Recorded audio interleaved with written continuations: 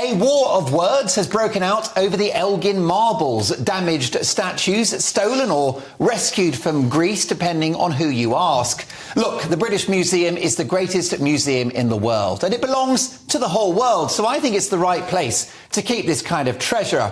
There are many artefacts. Oh, God, he's already started heckling. That's Crick who doesn't agree, but in my view, there are many artefacts that wouldn't be in existence if it wasn't for the protection of this institution, which local wars and looting would have long seen the back of. However, I think as a gesture, we could send the Greeks some other artefacts that we no longer want. For example, they can have Prince Andrew on a permanent loan. He's not a Greek statue, but he does like a bust. I agree with that, yeah. Just Stop Oil protesters glued shut the doors to 50 Barclays outlets this week, including in Glasgow, Leeds and London. Now, normally I object to the undemocratic thuggery of these eco-campaigners, but on this occasion, I'm going to say well done them for finding a bank branch that was actually open. More fallout from the jungle as GB News star Nigel Farage's lawyers have written to ITV complaining that his nude backside was shown to millions of viewers on TV in what they imply was a breach of contract. More power to them. After all, Nigel has been rear-ended on this one and wants to put the scandal behind him. I hope they crack the case because Nigel's already the butt of too many jokes. Booty is in the eye of the beholder, but Nigel's love cushions have had more than enough attention this week. The bottom line is Nigel's been given a bum steer. What a cheek! Meanwhile, comedian David Walliams has settled out of court with producers of Britain's Got Talent, who apologised for recording his private conversations whilst he was a judge on the hit talent show. Unaware his microphone was on, he was recorded saying some rather unsavoury things about some of the contestants. Walliams was said to be devastated by his comments being leaked, and his lawyers said that the whole thing was so traumatic, Walliams had, and I quote, lost his ability to be funny. Now, I don't wish to cast aspersions, but I think that happened around Series 2 of Come Fly With Me. Still, at least Walliams is laughing all the way to the bank.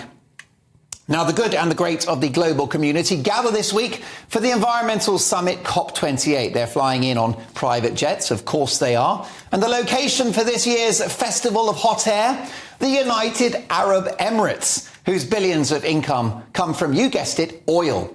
Putting Arab billionaires in charge of saving the planet is like entrusting Count Dracula with the nation's blood supplies. Or taking classes in choreography from Michael Gove. Blimey, that's what I call levelling up.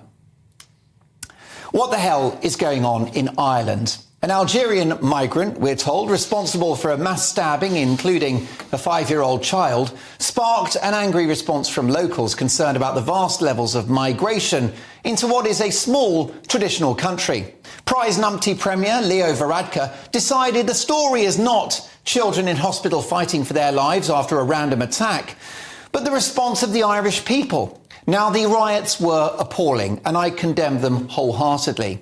But his solution is yet more hate crimes and a crackdown on free speech, with the term Irish Lives Matter considered an offence worthy of jail. Oh, the irony.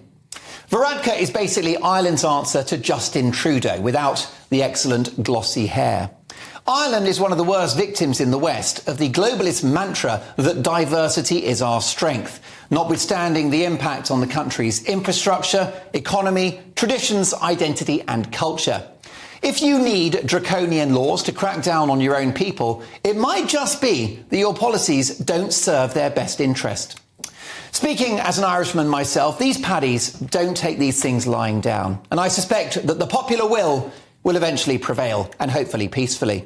This isn't the first howler from Varadkar this week, who has been criticised by Israel for saying a 9-year-old girl kidnapped by Hamas was lost and has now been found. Terrible. Lost. Terrible.